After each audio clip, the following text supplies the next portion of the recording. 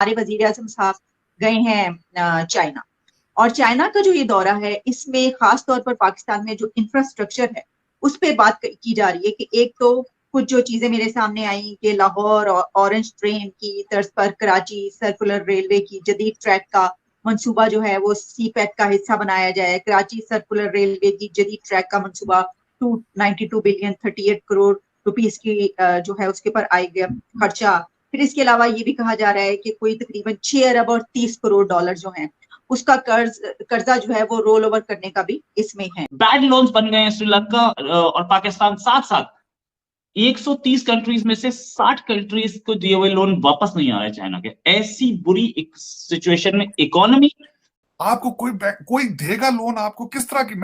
ये सिर्फ कागजी हिसाब किताब है, सिर्फ और सिर्फ ये लोगों को बताने के लिए कि हमारे दौरे बड़े कामयाब रहे हैं। इसमें जो कुछ भी है मेमोरेंडम ऑफ अंडरस्टैंडिंग से आगे कुछ भी नहीं गई चीज। पाक चीन दोस्ती पहाड़ों से ऊंची, शहद से मीठी, समुद्रों से गहरी। इनको ये नहीं पता कि इंटरनेशनल रिलेशंस में रोमांस नहीं होता, हीर रांझे नहीं होते, लैला मजनू नहीं होती, रोमियो जूलियट नहीं होता, शीरी फरहाद नहीं होता। आका और गुलाम का रिश्ता होता है। क्रैकर्स न्यूज़ में आपका स्वागत है दोस्तों। जैसा कि आप सब जानते हैं कि पाकिस्तानी पीएम भी का कटोरा लेकर चीन पहुंच चुके हैं। वहां पर वो शी जिनपिंग से मुलाकात करेंगे और सीपीसी परियोजना फिर से उसकी शुरुआत करने के लिए आग्रह करेंगे। सीपीसी परियोजना शी जिनपिंग की बहुत ही महत्वाकांक्षी परियोजना है। इस योजना की शुरुआत 2013 में हुई थी। इसमें पाकिस्तान के ग्वादर से चीन के कासगढ़ तक रूट बनाया जाएगा। इस परियोजना में चीन करीब 28 बिलियन डॉलर लगभग 3 लाख करोड़ रुपए का इन्वेस्ट करने वाला है। ये काफ़ी महत्वाकांक्षी परियोजना है और भारत इसका शुरू से विरोध करता रहा क्योंकि ये परियोजना उन हिस्सों से होकर गुजरती है जिन पर पाकिस्तान ने कब्जा कर लिया था और उस विवादित हिस्से को इन्होंने चीन को दे दिया था। उस हिस्से से होकर इस परियोजना को गुजरना है और भारत सरकार इसका लगातार विरोध करती रही है। शहबाज शरीफ का गोल है कि इस परियोजना को फिर से शुरू किया जाए जिससे कि चीन का इन्वेस्टमेंट पाकिस्तान में आए और जाहिर सी बात है पैसा तो पाकिस्तानी कि शी जिनपिंग का गोल सिर्फ भारत को चारों तरफ से घेरना है। चाइना की खुद की इकोनॉमी गड़बड़ाई हुई है और स्पेशलिस्ट के मुताबिक चाइना बहुत बुरी तरह से लड़खड़ाने वाला है, जबकि भारत उभरती हुई इकोनॉमी है, उसकी अर्थव्यवस्था मजबूत है। चीन अपनी तरफ से साम दाम दंड भेद सब तरह के तरीके भारत को दबाने के लिए अपना रहा है कि जिससे भारत आगे ना बढ़ पाए, जबकि ऐसा नहीं हो सकता। So let's enjoy this video and if you like our content then please subscribe our channel. Thank you. सो इस तरह की सूरत हाल है, वो करेंगे मदद, लेकिन इसलिए नहीं कि वो आपके थोबड़े उनको पसंद आए या वो आपकी असल औकात से वाकिफ नहीं है, आपकी असल हैसियत से वाकिफ नहीं है। No, there are reasons.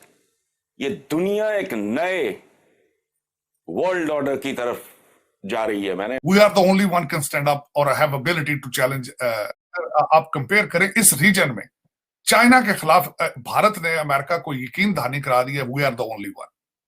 We are the only one can stand up or have ability to challenge China. China इस वक्त इनके नर्व्स पे छा चुका है। चाइना आप देखें तो पिछले 10 साल में इन्होंने अपनी पॉलिसी शिफ्ट कर ली थी कि स्मॉल कॉन्फ्लिक्ट से निकलकर इन्होंने चाइना को काउंटर करना है। और आज भी ये क्योंकि अमेरिका कोविड एक बहुत बड़ा, कोविड का ऑलमोस्ट इतना ही इम्पैक्ट है जिस तरह थर्ड वर्ल्ड वॉर का था। कोविड के बाद निकल के अभी तक चीजें स्टेबल नहीं हो नहीं सकी। आज एक तो जो बाइडेन साहब अपनी उनकी सेहत उनको अलाउ नहीं करती, ओबामा साहब गवर्नमेंट चला रहे हैं, लेकिन सबसे बड़ा चैलेंज उन्हें जो मार दे रहा है वो इन्फ्लेशन है और inflation direct related to Covid. Supply chain है, एनर्जी क्राइसिस है यूक्रेन की वजह से, और ये सारे चैलेंजेस जो है इसकी वजह से Democrats they are losing the houses and they will be losing presidency in the future at the same time. यही इशू इस वक्त यूके के अंदर भी चल रहा है। इन्फ्लेशन, 3 प्राइम मिनिस्टर चेंज हो चुके हैं। आप तो खैर उस लेवल तक अभी आप पहुंचे ही नहीं है। भारत जो है वो challenge, Bharat is a regional power, no question about it. अपनी मर्जी से अपने पार्टनर्स के साथ डील करते हैं, अपनी मर्जी से रशिया से डील करते हैं, अपनी मर्जी से अमेरिका से डील करते हैं, अपनी मर्जी से चाइना के साथ भी डील करते हैं। लेकिन उन्होंने बावर करा दिया है बिल्कुल, ये they have assured America again and again कि we are the only one who can challenge China. आपकी एबिलिटी नहीं है, आपकी सलाहियत नहीं है ना। जिनका फॉरेन रिजर्व $7 बिलियन हो, आपको किस तरह करेंगे वो कवर? आप क्या करेंगे? आपकी क्या वैल्यू होनी चाहिए? आपको बिल्कुल वॉशिंगटन डीसी उसी तरह लेगा जिस तरह $7 बिलियन के रिजर्व, जिस कंट्री के पास 1 महीने के फॉरेन रिजर्व हो, उसकी रिस्पेक्ट क्या हो? जिसके अंदर इंतशार इतना हो, जिस अंदर पॉलिटिकल इंस्टेबिलिटी इतनी ज्यादा हो, जिसके अंदर पोलरिज्म इतना ज्यादा हो, उसकी क्या रिस्पेक्ट होगी? उसका फॉरेन मिनिस्टर बाहर जाएगा, उसके एम्बेसडर के पास पावर क्या है जब उसके फॉरेन पॉलिसी कोई नहीं, जब उसके, लेकिन ये बातें लफ्जी सिर्फ मैं यहाँ पे ये बताना चाहूंगा कि करंट एडमिनिस्ट्रेशन लफ्जी बातों पे चल रही है, क्योंकि इस वक्त जो आपके टोनी बिल्कन है, is a professor, is not a statesman, is not expert on foreign policy. उनको क्या पता relationship, he was just a professor somewhere. तो आजकल हमारे प्रोफेसर्स और जो हमारे एक्टिविस्ट थे, they are running the government. So there is a difference in between being a states person, being an expert और बीइंग लीडर और पॉलिटिकल और leadership abilities. This is nothing. इसमें इस वक्त activist they are running the government and the socialism is the only product they have in their mind, कि उन्होंने आपके जो पिछले कर्जे थे वो रिस्केड्यूल कर देंगे। वो सिर्फ और वो भी सिर्फ इसलिए कर रहे हैं क्योंकि आपका बॉर्डर भारत के साथ है, वरना वो भी ना किए जाते। श्रीलंका का उन्होंने कुछ नहीं किया था, श्रीलंका को उन्होंने बिल्कुल छोड़ दिया था। लेकिन आपका क्योंकि बॉर्डर भारत के साथ है, इसलिए आपके साथ वो अटैच रहना चाहते हैं, वो रीस्केड्यूल कर देंगे। दूसरा, मैंने शायद पहले भी अर्ज की थी कि इस वक्त अकॉर्डिंग टू IMF उनकी GDP ग्रोथ जो है पिछले साल की, उनकी 40 इयर्स लो है चाइना की। श्रीलंका का तजर्बा उनका नाकाम रहा है। उसके बाद अभी तक सप्लाई चेन बहाल नहीं हो रही है। उसके बाद अमेरिका के साथ इस वक्त वो अमेरिका खुद अपनी पोजीशन में नहीं है। यूके के अंदर आप देख रहे हैं जिस तरह 3 महीने में 3 गवर्नमेंट चेंज हुई हैं। इस वक्त दुनिया खुद जो है वो ऑन द बैक फुट, और जो एनर्जी क्राइसिस है वो सारी दुनिया को नजर आ रहे हैं इस वक्त। वो जो आप समझते हैं कि डॉलरों की बारिशें शुरू होंगी, वो नहीं अब होगा। बिल्कुल आपको इंटरनली कुछ करना पड़ेगा। इंटरनली क्या करेंगे? आप एग्रीकल्चर कंट्री हैं, लेकिन रशिया से गंदम मंगाने के बारे में सोच रहे हैं।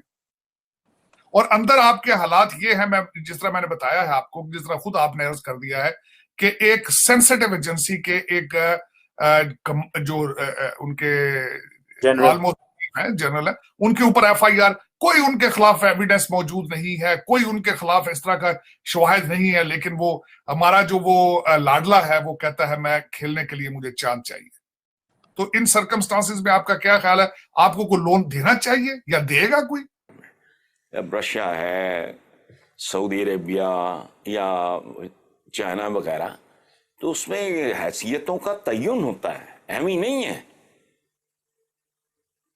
ये जो है ना बरादर बुरुदर, ये बरादर बुरुदर में ठीक है अपनी जगह पे, छोटा भाई बड़ा भाई उनका एक फर्क होता है, एक प्रोटोकॉल होता है। तो जिस हैसियत में हम लोग हैं, जो हम पे जो जितनी भी मेहरबानी कर दे